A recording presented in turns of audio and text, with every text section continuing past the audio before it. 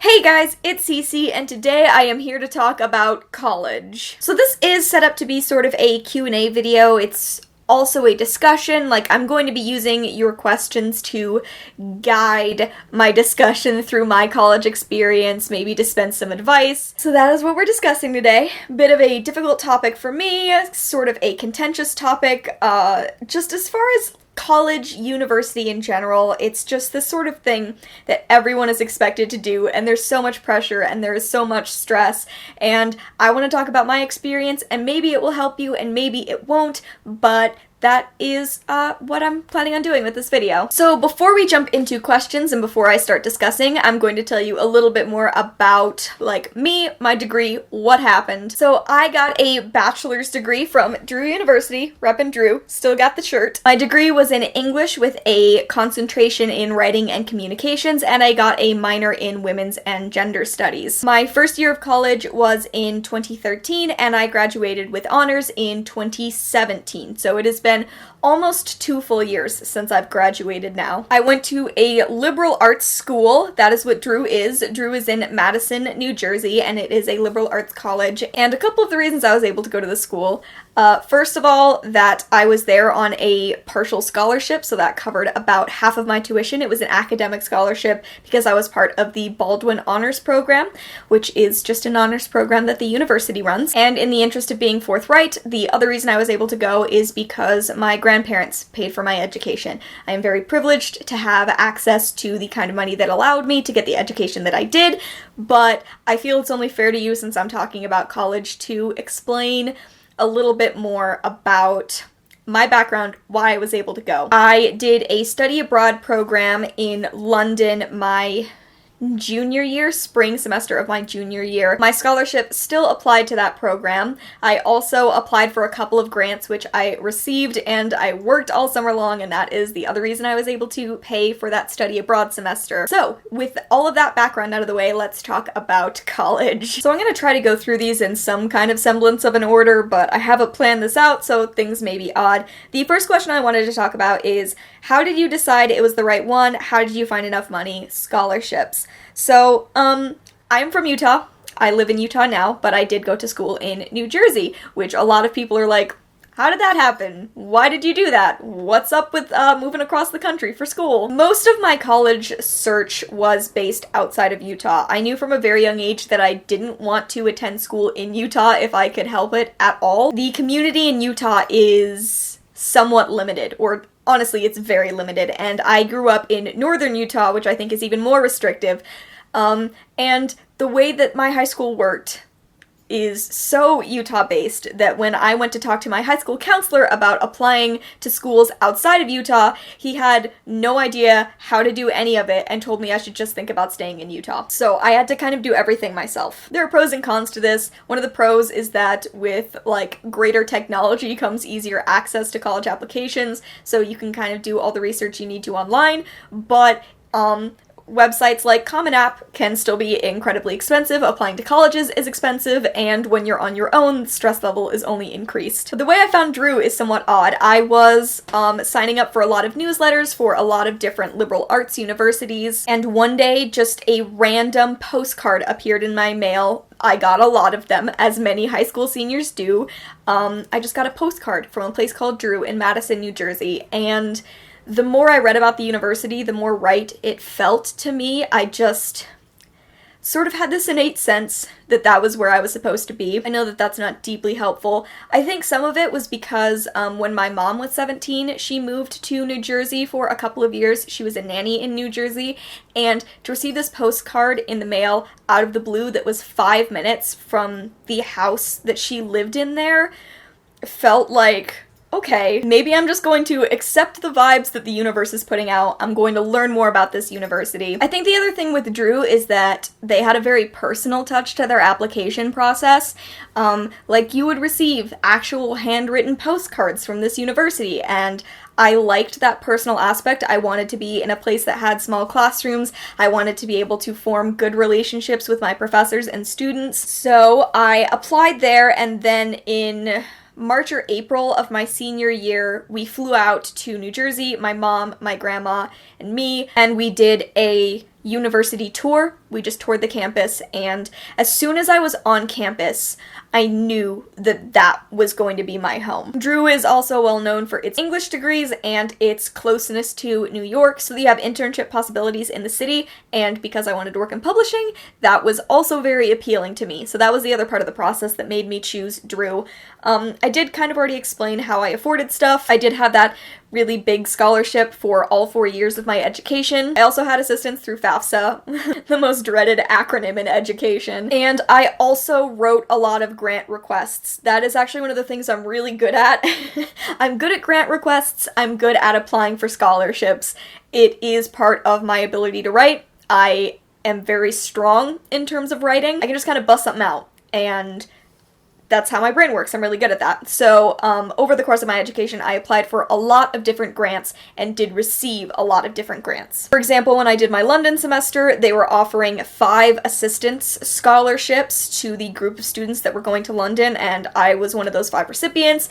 I applied for grants for transportation when I did my internship my senior year, and I received all of the transportation grants. So I also had like assistance throughout my schooling process because Drew was fairly good about scholarship applications and grant applications and making that all really accessible. The next question I'm going to go with is, did you enjoy living on campus? And the answer is absolutely yes. I loved living on campus. It was, as it is for many college students, the first time that I was kind of on my own, but on my own in a very real way. I didn't know anyone in New Jersey, and I moved there, and I just had to acclimate and get used to it. I couldn't go home to my family for a weekend. I didn't really ever get to go home to my family for short breaks. I only came home for like long winter break and summer break. But I loved the experience of living on campus because I needed that like full immersion into a completely new culture. I needed to be supported by no one but myself in order to feel like I was finally being independent. There are obviously negatives to living on campus, like living in dorms is kind of a nightmare. Communal bathrooms and kitchens are the stuff of horror stories. So like there are positives and negatives, but I loved having my own space and having those months of time to carve out kind of a new identity for myself apart from the identity that I'd created like with my family growing up. It was just like a really important thing for me. I loved living on campus, but I could also understand like wanting to live off campus after your first year. Drew required basically that if you were a freshman, you live on campus, unless there was some kind of like special exception for you. You had to live on campus your first year because Drew really wanted people to become part of a new community. So I really liked that. I appreciated that push. But I do have horror stories from living in dorms, so give and take. Let's see, would you recommend moving away from home for college for like liberal arts universities? Yes.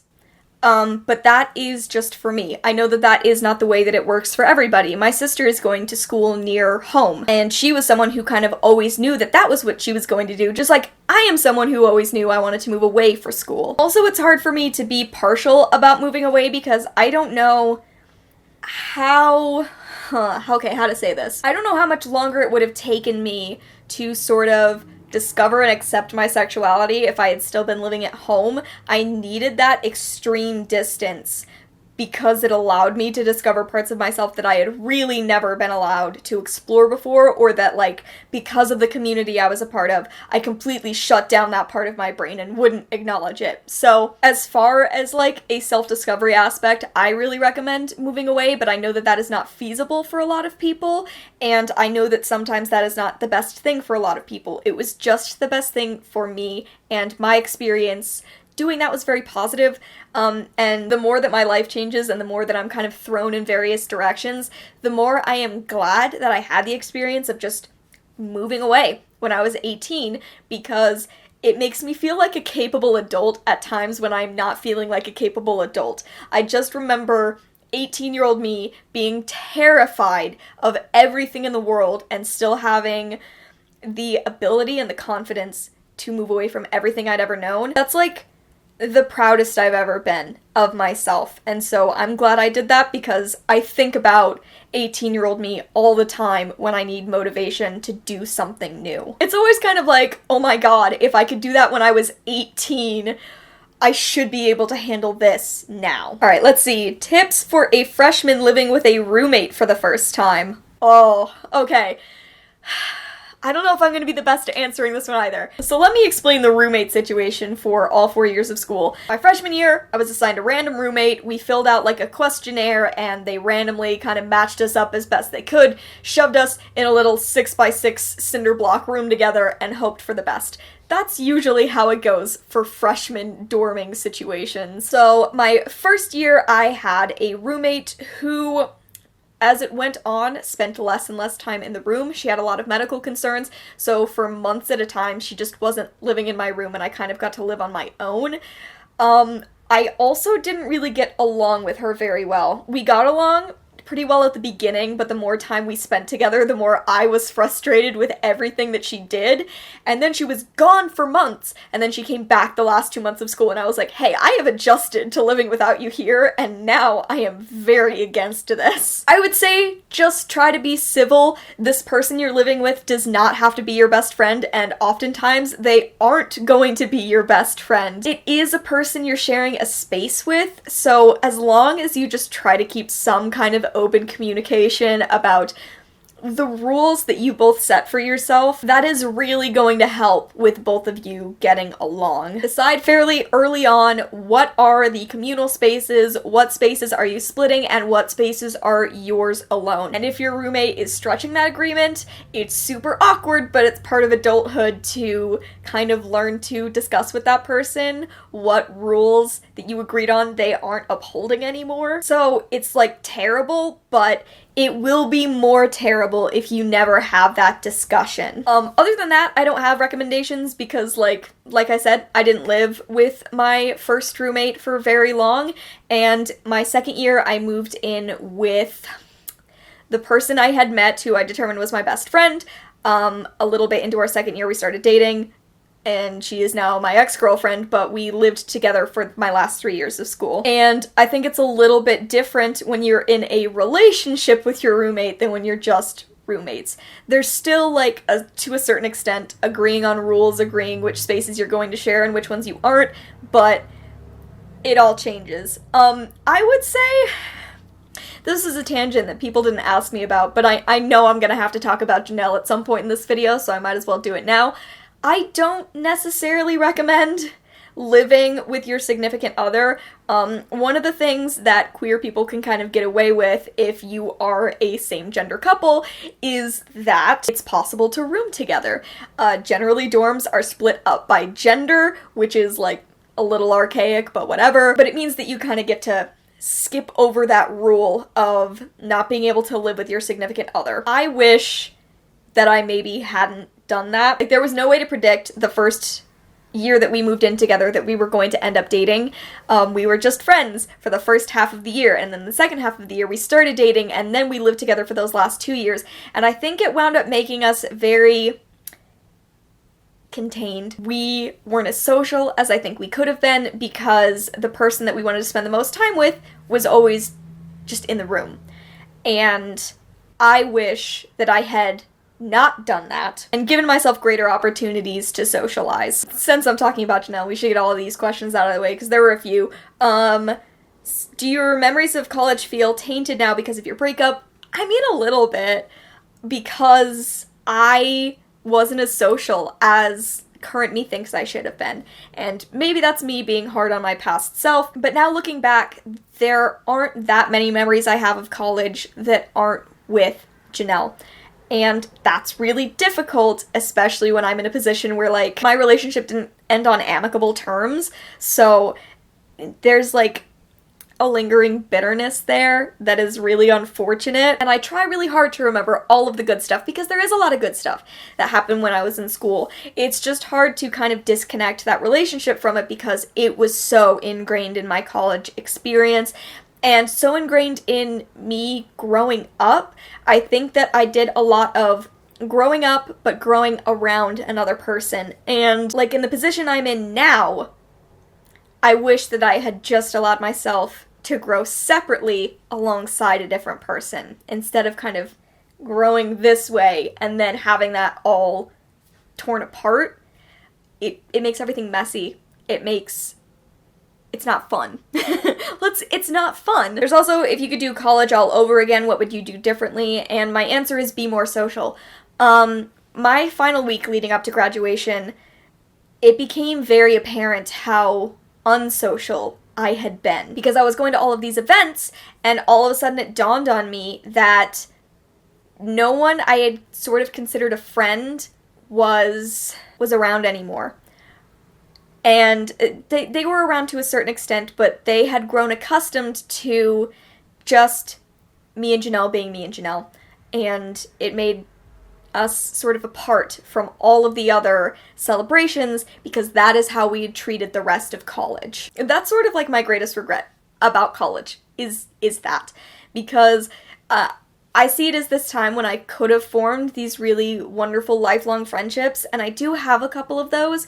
I do have people that I still talk to from college who are important to me and who were very important to me in school. That was the time when I had the most access to all of these people, and it sometimes feels like I just ignored all of that, and now that chance is gone. This is turning into such a negative video. I did really love college, it's just that I have like a lot of really complex feelings all tied up in it, because college is like a difficult fucking time, and I don't think it's for everyone. I don't think it's fair to pressure everyone into going. I understand that it's like necessary in our current climate to get a college degree, but it shouldn't be because it's not for everyone and it can cause a lot of complex feelings in your adulthood. Just saying. Hopefully one day it will be like high school, where the entire time I was in college I was very bitter about my high school experience because I kind of realized like I didn't really like any of that. That was all terrible, and I don't really have a relationship with any of these people anymore, and I don't want to.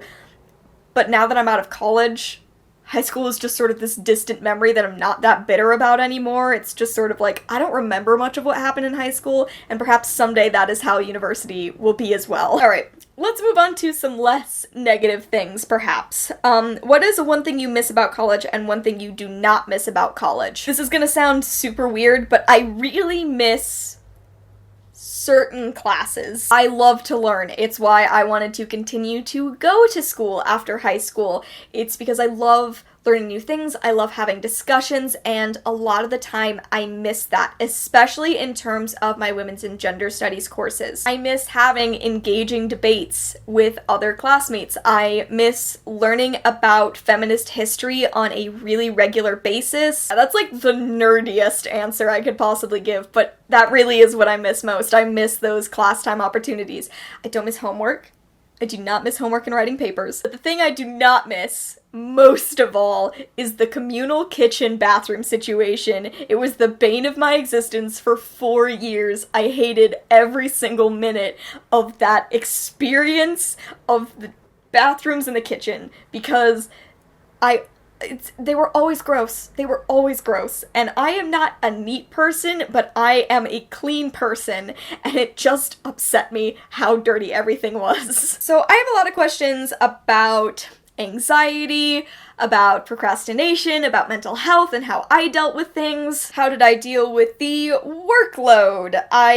Just a lot of that sort of thing. And I was trying to discuss this yesterday when I got these questions with Brian, because I have such a weird relationship with procrastination and schoolwork, in that I learned from a very young age, if I procrastinated, wrote a paper the day before and turned it in, I would do well. And it's because I am really good at writing. And so because I never had any consequence for that, that is the method I carried into my college career, which is not the way to do things. I don't recommend it. It is incredibly stressful. It puts so much pressure on you, and everything feels bad all the time.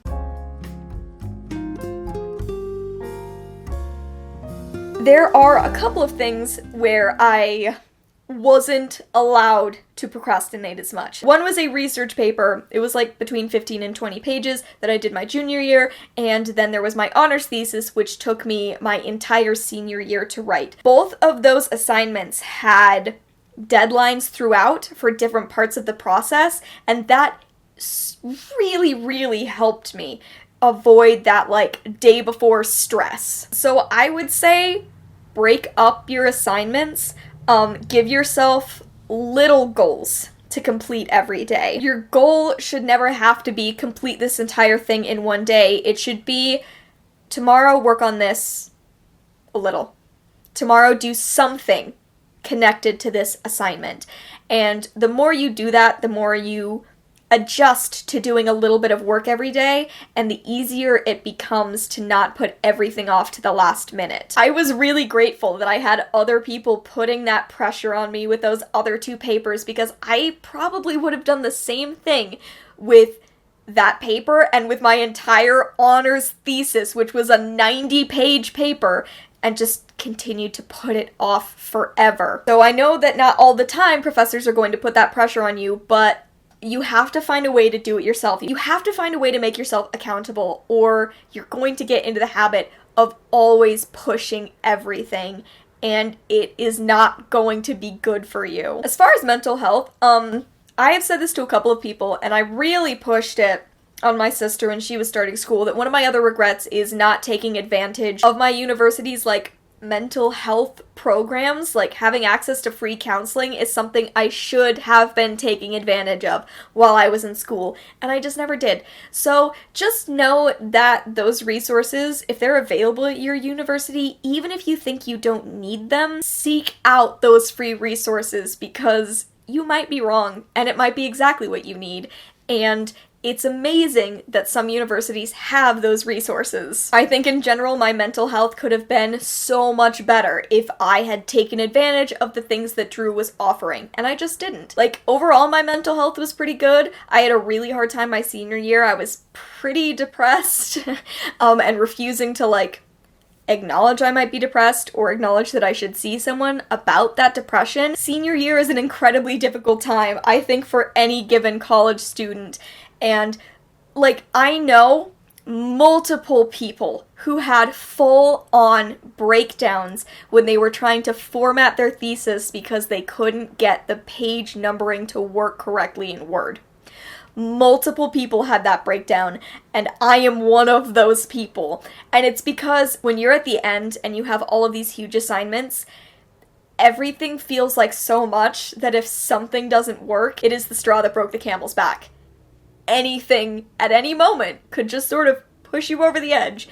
And that is also why I think college is not for some people, because no one should have to deal with that, but sometimes people can't, and that should be okay, because no one should have to deal with that. I got a question about how I dealt with my final semester of college.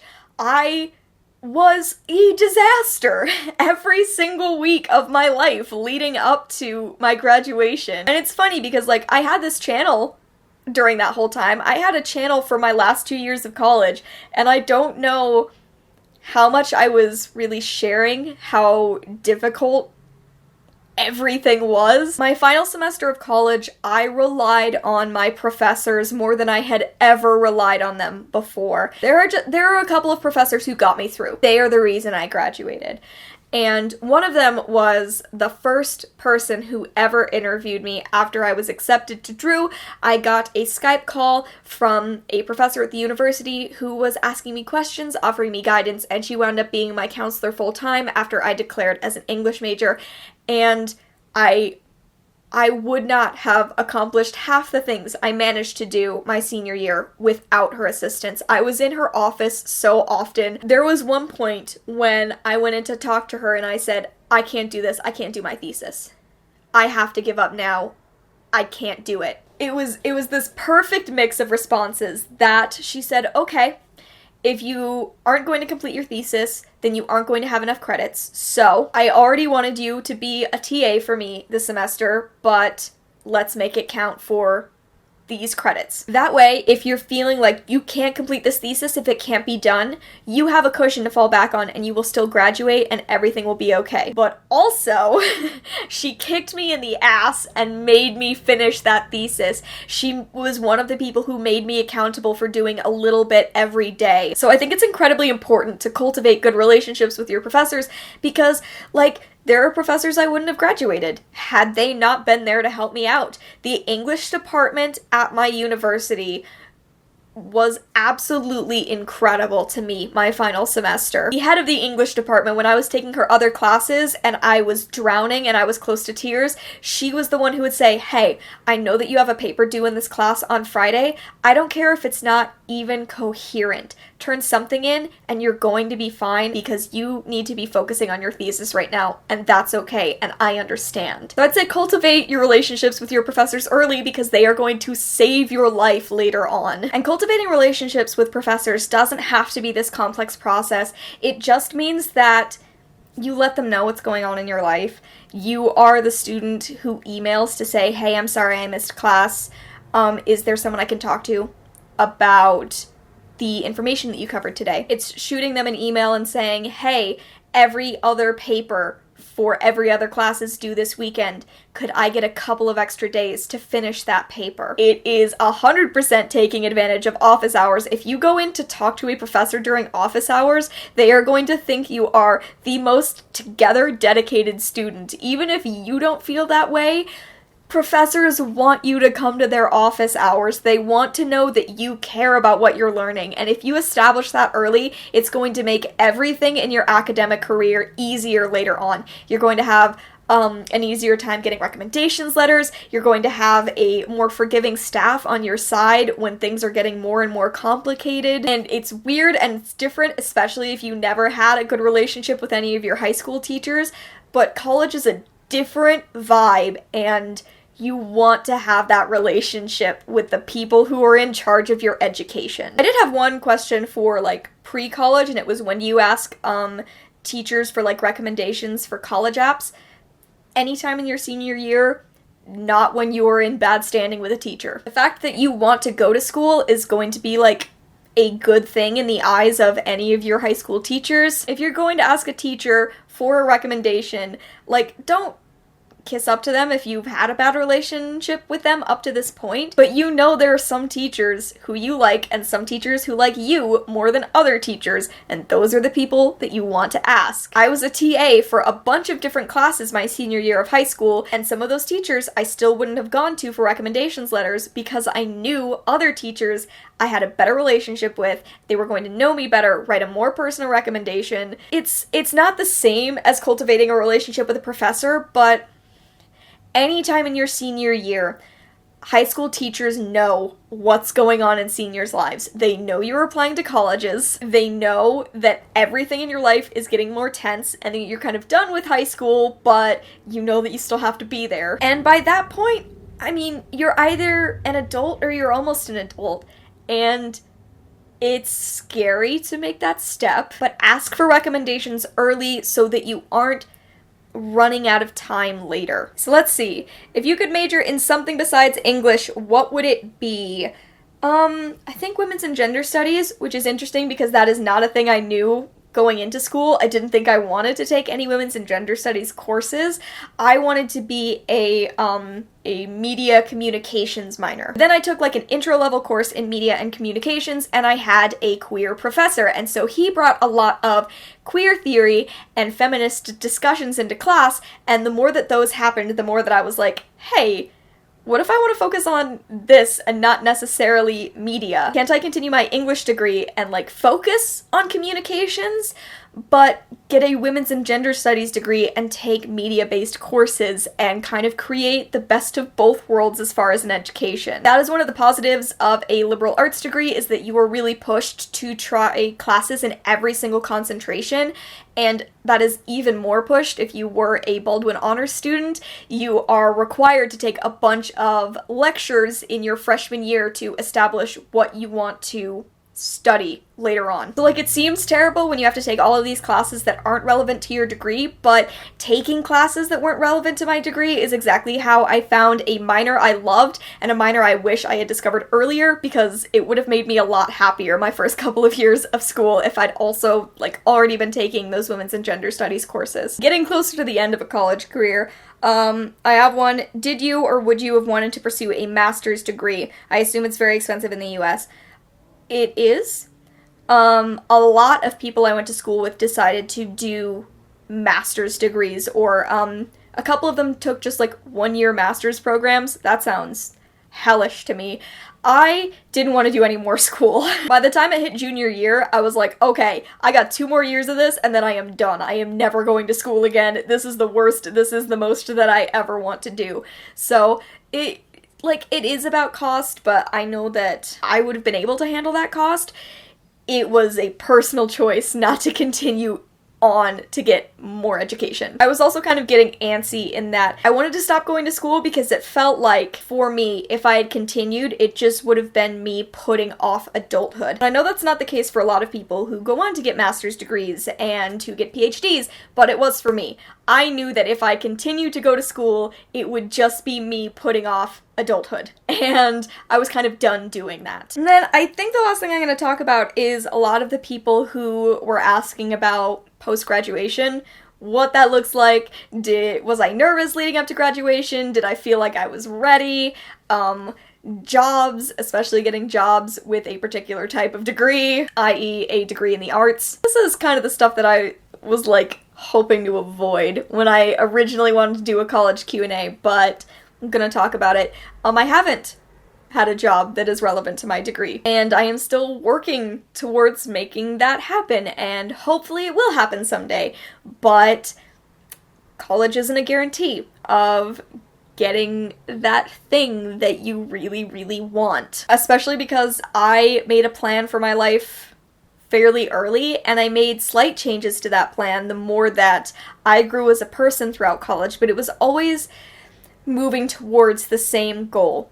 And then my life got upended, and I had to completely change my plan. And as someone who's had a plan for, 7 to 8 years for a particular type of life, to completely change that plan was really difficult. So I'm still working on figuring out if I can get that job that I've always wanted to have. And I am doing stuff that is relevant to my degree, like doing YouTube is relevant to my degree. It's communications. It's about reading and reviewing, which is English. I also am an editor part-time, and I write slightly part-time, and that is relevant to my degree. And none of those things are necessarily what I wanted to be doing. None of those things were part of my plan when I was 16 years old, but I am still doing things that I got better at because I went to school. So if you are one of those people who is going to college and you have a very set plan, just go in with the knowledge that that plan might change. In fact, it's very likely that that plan will change, and it's difficult to roll with those changes, but that's part of life after school. Some people asked if they should go to college. I think that it's a personal choice that is influenced by the world that we live in. It should be a choice that if you want to go to school, you should. If you don't, you don't have to. Sometimes it's required. Sometimes it's required to get that degree to do what you want to do, and I am in no position to tell anyone whether or not they should go to school. It was the correct choice for me, and regardless of how much I use my degree in the future, I am grateful for those years that I spent learning. I'm grateful for those years that I spent expanding my knowledge in an academic sense and expanding my knowledge about myself and the kind of person that I wanted to be. I also know people that I went to school with who were pushed to go to college, and it was very apparent it just wasn't for them. And it means that I had friends who dropped out at various years, and it means I know people who pushed themselves through all 4 years and were miserable for every second of it. And I understand that pressure. I do, because it is a clusterfuck of 4 years. Or longer, depending on what kind of degree that you're going to get. So you kind of have to ask yourself if you're the kind of person that is going to do well in school, but you also have to balance that with, am I able to go to school financially?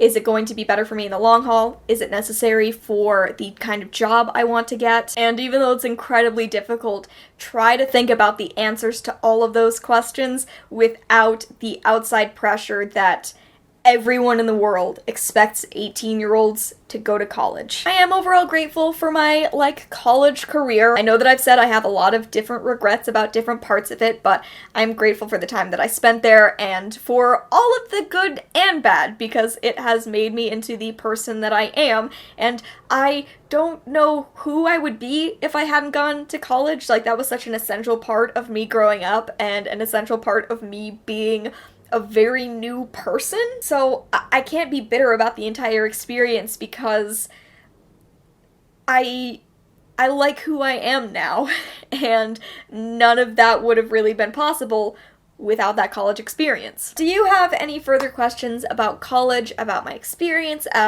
looking for advice, any of that? Leave them down in the comments, and I'm really going to try to answer as many questions as I can down there, because I know that this is a difficult time and moment of decision, and I get it. So I want to answer as many questions as possible. Please leave them in the comments below. If you are in college currently, I am cheering you on. I hope you enjoyed watching this video. I hope that it was a little bit informative, and I will see you in another video very soon.